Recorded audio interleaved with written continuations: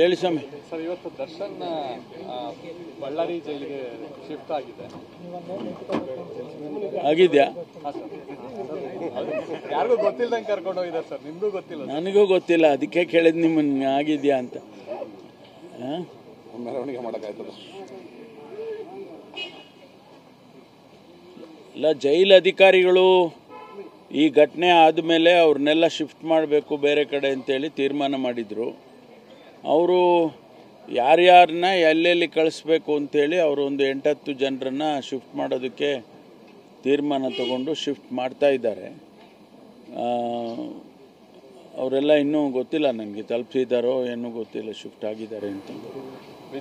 ಬಳ್ಳಾರಿ ಜೈಲಿಗೆ ರೀಸನ್ ಇದೆಯಾ ಸರ್? ಆ ಥರ ಏನಿಲ್ಲ. ಸೆಕ್ಯೂರಿಟಿ ದೃಷ್ಟಿಯಿಂದ ಯಾವ ಬಂದಿಖಾನೆಗೆ ಹೋಗಬೇಕು ಅದನ್ನು ಅವರು ಡಿಸೈಡ್ ಮಾಡಿದ್ದಾರೆ. ಅವರು ನಮ್ಮ ಪ್ರಿಸನ್ ಅಥಾರಿಟೀಸ್ ಡಿಸೈಡ್ ಮಾಡಿದ್ದಾರೆ. ನಾವ್ಯಾರು ಕೂಡ ಅದಕ್ಕೆ ಇಂಟರ್ಫಿಯರ್ ಆಗಿಲ್ಲ.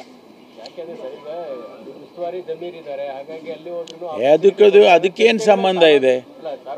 ಯಾವ ಜಿಲ್ಲೆಗೆ ಹಾಕಿದ್ರು ಅಲ್ಲೊಬ್ರು ಉಸ್ತುವಾರಿ ಇದ್ದೇ ಇರ್ತಾರಲ್ಲ, ಅದಕ್ಕೂ ಸಂಬಂಧ ಇಲ್ಲ.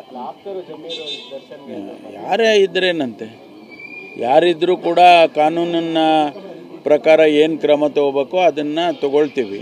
ಅದನ್ನು ಯಾರು ಅವರು ಉಸ್ತುವಾರಿ ಇದ್ದಾರೆ ಅದಕ್ಕೋಸ್ಕರ ಏನೋ ಆಗಿಬಿಡ್ಬೋದು ಅನ್ನೋದೆಲ್ಲ ಸತ್ಯಕ್ಕೆ ದೂರವಾಗಿರ್ತಕ್ಕಂಥ ವಿಚಾರ. Instructions have been given to Ballari prisons also to be very strict and watchful about this.